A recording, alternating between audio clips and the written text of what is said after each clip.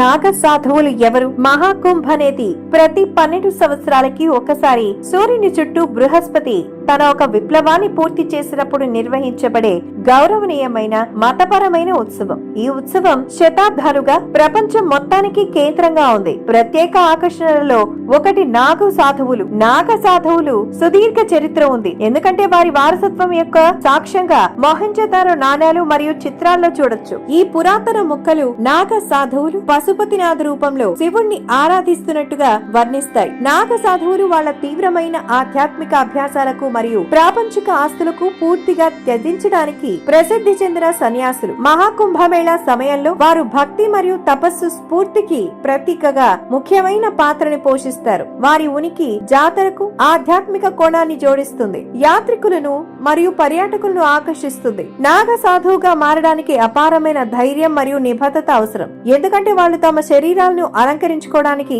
ప్రాపంచిక వస్తువులను ఉపయోగించలేరు. బదులుగా వాళ్ళు తమ మీద తాము బూడిదను పూసుకుంటారు, అది వారి అలంకార రూపంగా మారుతుంది. నాగ సాధువులు శరీరాన్ని పూర్తిగా కప్పి ఉంచని కుంకుమ పువ్వు తప్ప బట్టలు ధరించరు. వారు కఠినమైన బ్రహ్మచర్యాన్ని కూడా పాటిస్తారు మరియు సాత్విక ఆహారాన్ని అనుసరిస్తారు. నాగ సాధువుల యొక్క ప్రత్యేకమైన జీవన శైలి మరియు ఆచారాలు వాటిని కేంద్ర ఆకర్షణగా చేస్తాయి మరియు మహాకుంభమేళా యొక్క లోతైన ఆధ్యాత్మిక ప్రాముఖ్యతను గుర్తు చేస్తాయి. కుంభమేళాలో నాగ సాధువులు ముఖ్యమైన పాత్ర పోషిస్తారు. ముఖ్యంగా షాహీ స్నాన్ సమయంలో వారి ఆధ్యాత్మిక ప్రాముఖ్యతను గుర్తించే పవిత్ర ఆచారం.